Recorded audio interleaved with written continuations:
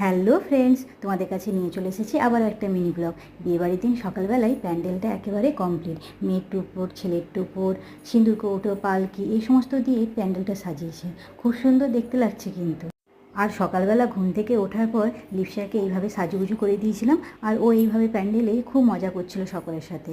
আর বাচ্চারা তো স্টেজ পেলে ওখান থেকে নামতেই চায় না, তো ওর কয়েকটা ফটোও তুলে দিলাম। তারপরে শুরু হয়ে গেছিলো গায়ে হলুদের পর্ব।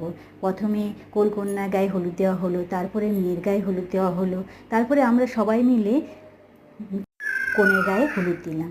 তারপরে কনের ফটোশ্যুট হলো, আর বাজনা বাজিয়ে কনেকে চান করাতে নিয়ে যাওয়া হলো। আর গায়ে হলুদের সময় আমি লিপসার ড্রেসটা চেঞ্জ করে দিয়েছিলাম, লিপসাকে আরেকটা সুন্দর ইয়েলো কালারের ড্রেস পরিয়ে দিয়েছিলাম।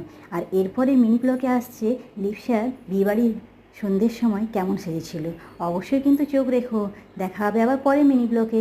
এখনকার মতো বাই বন্ধুরা, বাই।